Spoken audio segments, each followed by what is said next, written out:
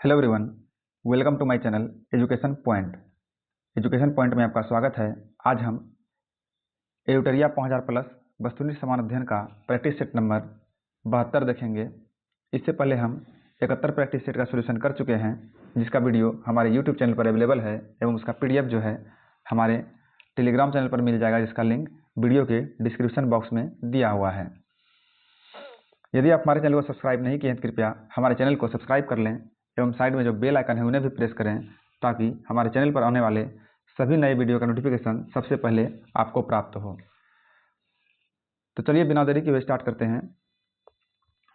इस practice set का हमारा पहला प्रश्न है, निम्नलिखित में से भारतीय राष्ट्रीय कांग्रेस के किस अधिवेशन में बाल गंगाधर तिलक ने अभिव्यक्त किया था कि स्वराज मेरा जन्मसिद्ध अधिकार है और मैं उसे लेकर रहूंगा। इसका राइट आंसर है ऑप्शन डी। ये क्या था? लखनऊ अधिवेशन 1916 में। लखनऊ अधिवेशन 1916 में। सती प्रथा का उन्मूलन कब किया गया था? सती प्रथा का उन्मूलन जो है ये किया गया था 1829 के नियम 17 के द्वारा। 1829 के नियम 17 के द्वारा सती प्रथा का उन्मूलन किया गया था। महारानी विक्टोरिया ने भारतीय प्रशासन को ब्रिटिश राज के नियंत्रण में लेने की घोषणा कब की थी? इसका राइट आंसर है ऑप्शन ए 1 नवंबर 1858 ईस्वी को। 1 नवंबर 1858 ईस्वी को। किसने खिलाफत आंदोलन को हिंदुओं और मुसलमानों की एकता के एक ऐसे अवसर के रूप में देखा जो 100 वर्षों में भी पुनः नहीं आएगा?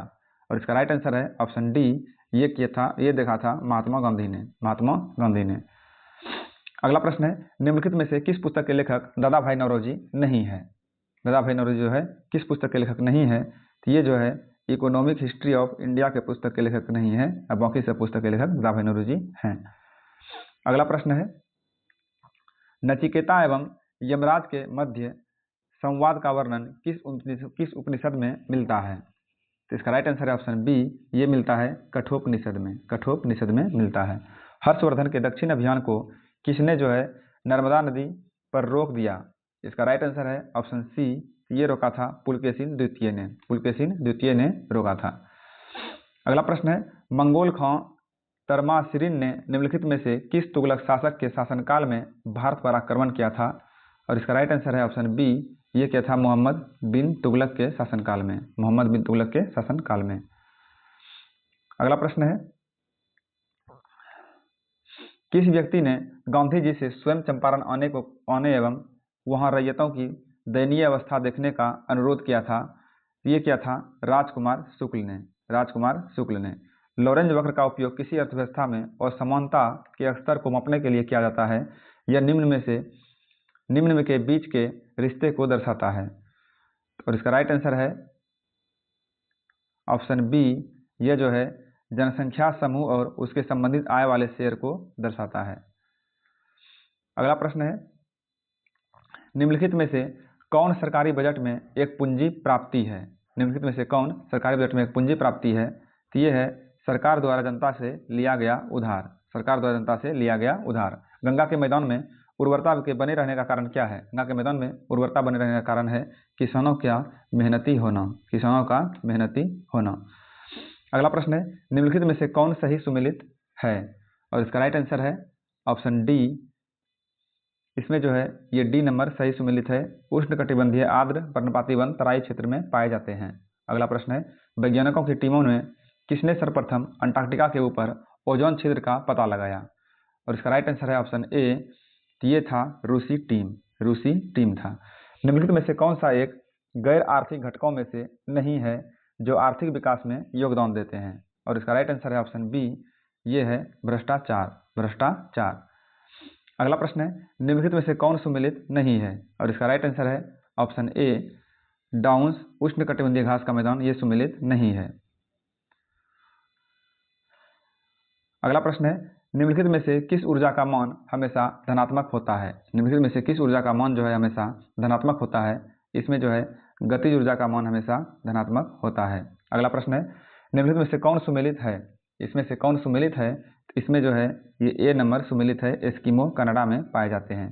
3 से 4 साल के एक बच्चे में दूध के दांत में शामिल नहीं है। इसका राइट आंसर है 19 नंबर का ऑप्शन डी। अग्रचवर्णक जो है शामिल नहीं होते हैं। 3 से 4 साल के बच्चे में दूध के दांत में जो है अग्रचवर्णक शामिल नहीं होते हैं। मानव शरीर के किस अंग में लिम्फोसाइट कोशिकाओं का निर्माण होता है? मानव शरीर के किस अंग में लिम्फोसाइट कोशिकाओं का निर्माण होता है? ये होता है अस्थि मज्जा में, अस्थि मज्जा में। अगला प्रश्न है, रक्तचाप को नियंत्रित करने वाली ग्रंथि कौन सी है? रक्तचाप को नियंत्रित करने वाली ग्रंथि है अधिवृक्क ग्रंथि, अधिवृक्क ग्रंथि। निम्न में से किसमें ऊष्मा का स्थानांतरण संवहन द्वारा होता है? निम्न में से किसमें ऊष्मा का स्थानांतरण संवहन द्वारा होता है? ये है गैस एवं द्रव, गैस एवं द्रव। अगला प्रश्न है, प्राणियों के निम्नलिखित में से किस संवर्गों में त्रिकोष्ठीय हृदय होता है? किस संवर्ग प्राणी में त्रिकोष्ठीय हृदय होता है? तो इसका राइट आंसर है ऑप्शन बी, ये होता है उभयचर और सरीसृप में, उभयचर और सरीसृप में। लोहे के निष्कर्षण में चूना पत्थर का इस्तेमाल किस रूप में किया जाता है? लोहे के निष्कर्षण में चूना पत्थर का इस्तेमाल किया जाता है फ्लक्स के रूप में, फ्लक्स के रूप में किया जाता है। अगला प्रश्न है, निम्न में से किसमें त्रिविमीय क्रिस्टल प्रणाली नहीं पाया जाता है? निम्न में से किसमें त्रिविमीय क्रिस्टल प्रणाली नहीं पाया जाता है? तो इसका राइट आंसर है ऑप्शन डी, ये जो है ग्रेफाइट में नहीं पाया जाता है। निम्न में से किस कारक के कारण वाष्पीकरण की दर में कमी आती है? और इसका राइट आंसर है ऑप्शन बी, ये नमी के कारण जो है वाष्पीकरण की दर में कमी आती है। अगला प्रश्न है, निम्न में से कौन सा पायसी कारक है? निम्न में से कौन सा पायसी कारक है? तो ये है साबुन, साबुन जो है एक पायसी कारक है। बीज के अंकुरण के दौरान भ्रूण का जो भाग जड़ के रूप में वर्धित होता है वह है मूलांकुर, मूलांकुर है वो। अगला प्रश्न है, सामान्यतः स्त्रियों की आवाज का तारत्व, सामान्यतः स्त्रियों की आवाज का तारत्व जो है पुरुषों की तुलना में अधिक होता है। स्त्रियों की आवाज का तारत्व जो है पुरुषों की तुलना में अधिक होता है। अगला प्रश्न है, जल का आयनिक लवण का सुविलायक होता है, जल का जो है आयनिक लवण का सुविलायक है, क्योंकि जल का आयनिक लवण का सुविलायक है क्योंकि उसका जो है द्विध्रुव आघूर्ण अधिक है, उसका द्विध्रुव आघूर्ण अधिक है। अगला प्रश्न है, यदि हवा का तापमान बढ़ता है तो उसकी जलवाष्प ग्रहण करने की क्षमता क्या होती है? और इसका राइट आंसर है ऑप्शन बी, बढ़ती है। यदि हवा का तापमान बढ़ता है तो उसकी जलवाष्प ग्रहण करने की क्षमता क्या होती है? बढ़ती है। ऑटोमोबाइल के हाइड्रोलिक ब्रेक के कार्य करने का सिद्धांत है, ऑटोमोबाइल के हाइड्रोलिक ब्रेक के कार्य करने का सिद्धांत है पास्कल का नियम, पास्कल का नियम। अगला प्रश्न है, लोलक की कालावधि किस पर निर्भर करती है? लोलक की कालावधि जो है लंबाई के ऊपर निर्भर करता है, लोलक की कालावधि लंबाई के ऊपर निर्भर करता है। अगला प्रश्न है, सोने को घोला जा सकता है किसमें? सोने को घोला जा सकता है किसमें? इसको जो है हाइड्रोक्लोरिक एसिड तथा नाइट्रिक एसिड के मिश्रण में घोला जाता है। अगला प्रश्न है, निम्नलिखित में से किसमें ऋणात्मक आवेश होता है? निम्न में से किसमें ऋणात्मक आवेश होता है? इसका राइट आंसर है ऑप्शन सी, ये बीटा किरण में जो है ऋणात्मक आवेश होता है। संविधान के अनुसार नई अखिल भारतीय सेवा की शुरुआत की जा सकती है, संविधान के अनुसार नई अखिल भारतीय सेवा की शुरुआत की जा सकती है कहाँ, किसके द्वारा? तो इसका राइट आंसर है ऑप्शन बी, राज्यसभा के द्वारा की जा सकती है, राज्यसभा के द्वारा। अगला प्रश्न है, किस वाद में सर्वोच्च न्यायालय ने स्पष्ट किया कि मूल अधिकार एवं नीति निर्देशक तत्व का एक दूसरे के पूरक होते हैं? और इसका राइट आंसर है ऑप्शन सी, ये है मिनर्वा मिल्स वाद, मिनर्वा मिल्स वाद।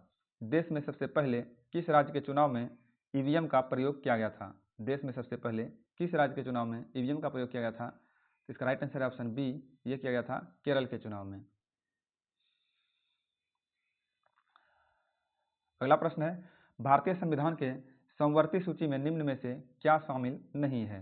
भारतीय संविधान के समवर्ती सूची में क्या शामिल नहीं है? तो इसमें जो है सार्वजनिक व्यवस्था शामिल नहीं है। अगला प्रश्न है,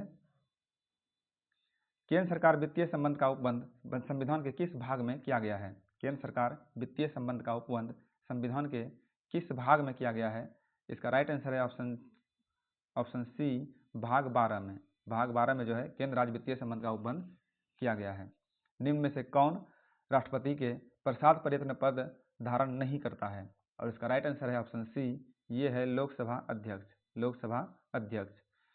अगला प्रश्न है, निम्न में से कौन भारत में सरकार के संसदीय स्वरूप की विशेषता को व्यक्त करता है? और इसका राइट आंसर है ऑप्शन डी, ये है कार्यपालिका का विधायिका के प्रति उत्तरदायी होना। कार्यपालिका का विधायिका के प्रति उत्तरदायी होना। संसद की स्थायी समिति में कितने सदस्य होते हैं? संसद की स्थायी समिति में 31 सदस्य होते हैं।